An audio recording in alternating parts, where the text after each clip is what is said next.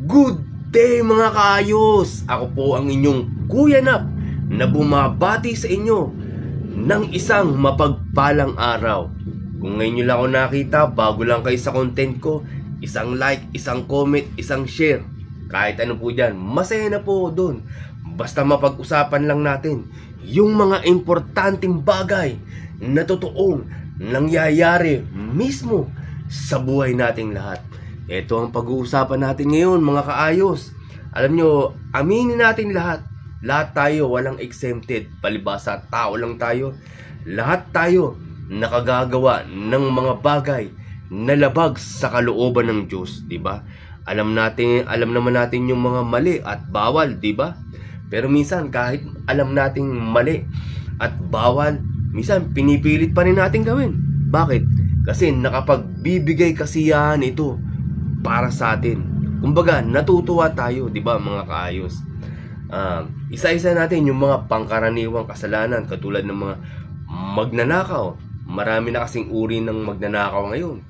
May snatcher, akyat bahay, scammer, online na magnanakaw. Pero ang pinaka-indiman na magnanakaw ngayon mga kaayos, yung politikong kurakot, flood control.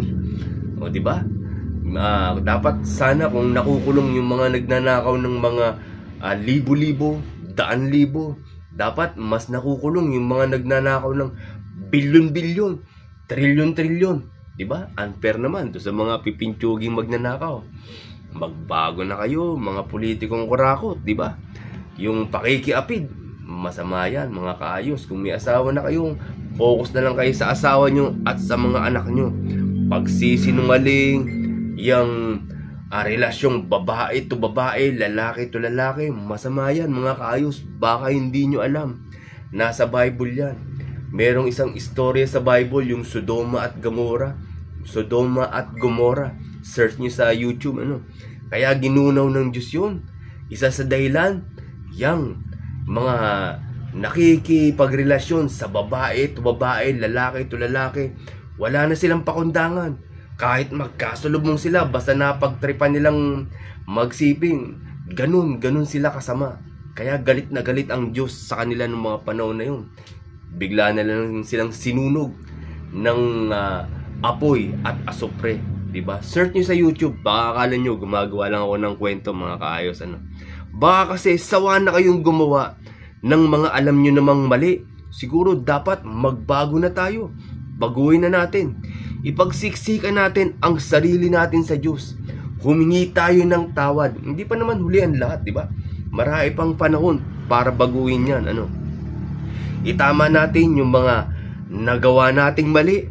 Tapos sabihin natin sa Diyos, patawarin niyo na po ako. Pasensya na. Tao lang po. Humingi po ako ng tawad sa iyo. Ibaba natin ng gusto yung sarili natin sa Diyos. Paglingkuran natin. Dapat ganun ang tamang pagbabagong buhay. Paglingkuran natin ng Panginoon Diyos. Sana mga kaayos, yung mga nakakarinig nito na gumagawa ng mga matitinding kasalanan, panahon na para baguhin natin. Magkaisa tayo para paglingkuran ang Panginoon Diyos. Diba? God bless and ayos. Maraming salamat po.